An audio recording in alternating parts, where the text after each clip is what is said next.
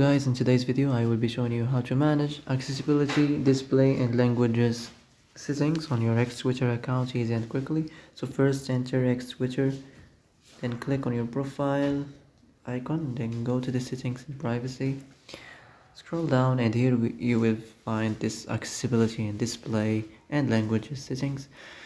So we have many options like the accessibility. You can manage it, the motion, the media, the gestures, the display. Also here we have the media and the display, the sound, the web browser, also the language, so you can change the preferred language for you.